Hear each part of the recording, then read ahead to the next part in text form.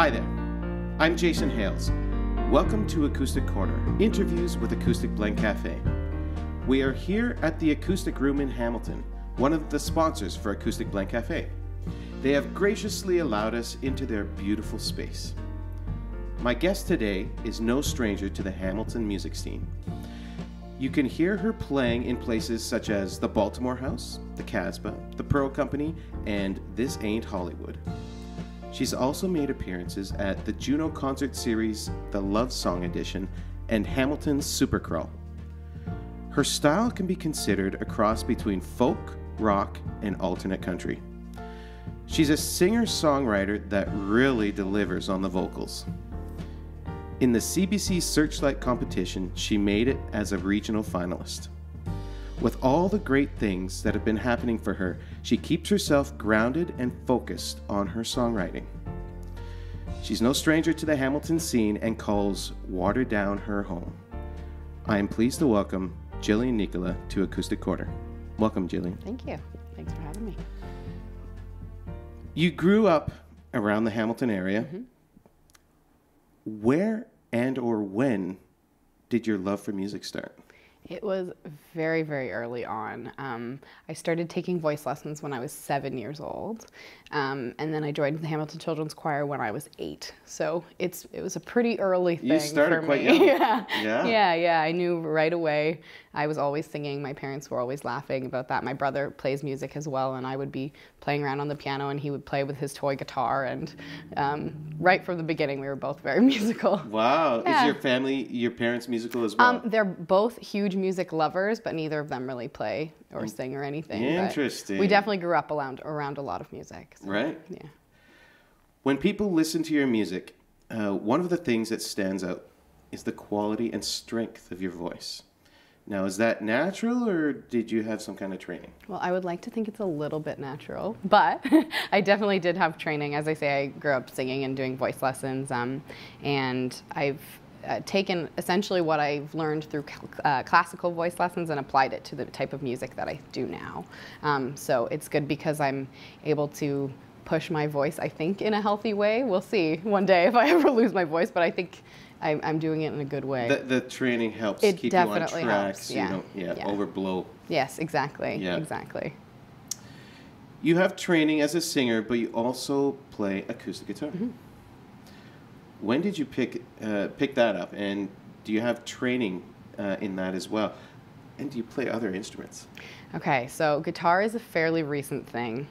I think I started in about 2011 playing guitar. That is recent. It is very recent, yeah. And essentially the reason I started learning guitar was because I was tired of having to rely on people when I wanted to perform. People would bail on me, and I was tired of it, and knew I needed some kind of instrument to really help me start writing more. So I'm just totally self-taught. I just picked up chords and would be like, I really want to learn how to play this song, and I would just look it up online, and it's a really good way to learn to play guitar. Right. I play ukulele as well a little bit, and I mean, I can kind of pass on the piano, but I definitely would not call it my instrument. Right, yeah, that's good. Yeah. In 2012, you released your first CD, Afterburn, mm-hmm. which helped you get noticed in the Toronto and Hamilton areas. Mm-hmm. This was followed by your next CD, Chasing the Wind, mm-hmm. which was released in 2013, and you got some nominations for that. Yeah. What were they? Yeah, so I was nominated at the Hamilton Music Awards for Best New Artist or Duo and Best Alt Country Recording of the Year. And then I was also nominated at the Toronto Independent Music Awards for Folk Recording of the Year. So that was very exciting because I really did not expect any of that for that. So it shows nice. people are listening. Yeah, and it's nice. Yeah, that's great. Good, yeah. And not too far after you finished school, right? Yeah, exactly. Yeah, it was pretty much as soon as I stopped, as soon as I was finished school at University of Toronto, I started right away. Right. Did the school thing for my parents, get it done. Now, when you perform, do Do you have a regular band you play with, or do you throw together a band? No, I've got a pretty regular band. It's changed a couple times over the year, but we're pretty solid now. So my brother Ben, who plays in actually the hardcore band Prophets out of Hamilton, he plays lead guitar with me, which was a gradual thing. He was actually the last member to join the band, which is silly because we've known each other since, he was born. And then the other two of the guys I went to university with, so Bruce Scavuzzo plays on bass, and Andrew Ivans plays keys and pedal steel, and now our friend Timon Weinsick plays drums. Wow, that's a quite the ensemble. Yeah, it's great. They're so talented. Those guys, I couldn't have asked for a better band. That's great. Yeah. Yeah. Now, you have a new CD that's set to be released. Can you tell us a little bit about it? Yeah, so it's coming out in April. I can't say the exact date yet. It hasn't been released yet. But it's coming out in April, and it's called No Place to Call. And we recorded it at Catherine North Studios here in town throughout the end of last fall and early winter. And I'm very, very excited about it. We've got 5 new songs, and they sound incredible. I think I did an okay job, but the band played so well on the CD. It sounds incredible. It sounds so good. So I'm really excited to get it out there. But we've got our release party booked. We're doing it at This Ain't Hollywood in April. So that's great. Yeah, it's gonna be good. I had read that a lot of the songs have similar themes. Yeah, it's a lot about people kind of coming and going in my life. I find as I'm moving into my mid to late 20s that people take off all the time, they go, I have a lot of friends that have gone like globetrotting, traveling the world, or moving to new places in Canada, and a lot of it is about, dealing with people leaving and new people coming into your life, and just the kind of changes that people this age seem to be going through. Right. Yeah.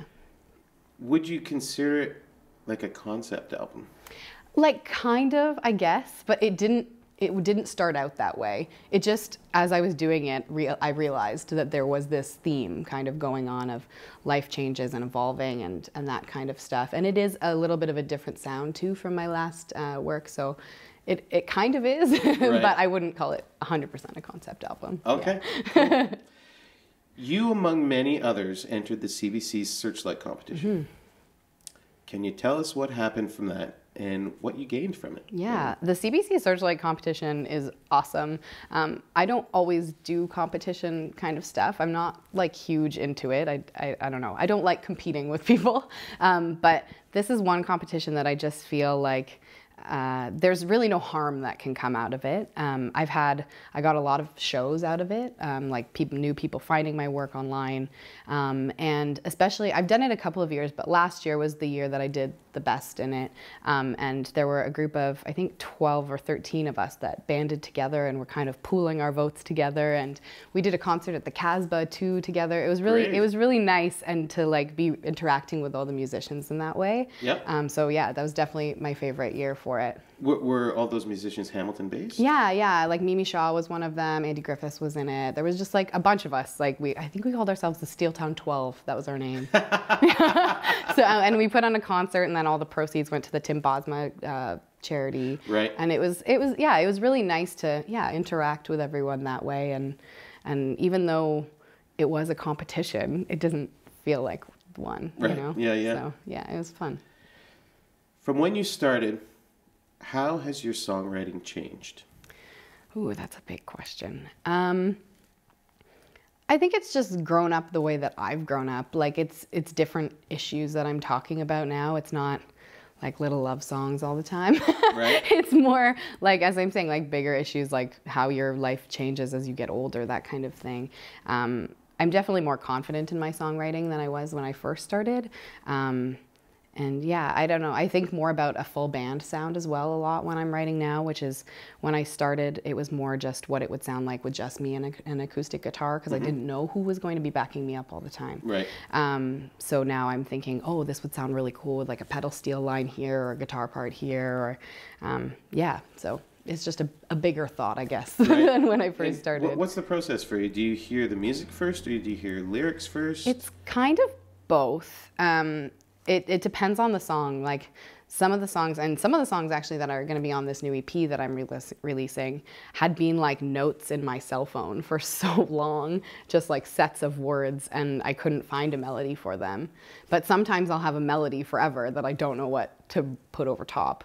And then sometimes I can just sit down and all of a sudden it's bizarre, it just like comes out. Right? Yeah, I don't know, it's very strange, but I always put my phone on record just in case there's anything good when I'm doing that.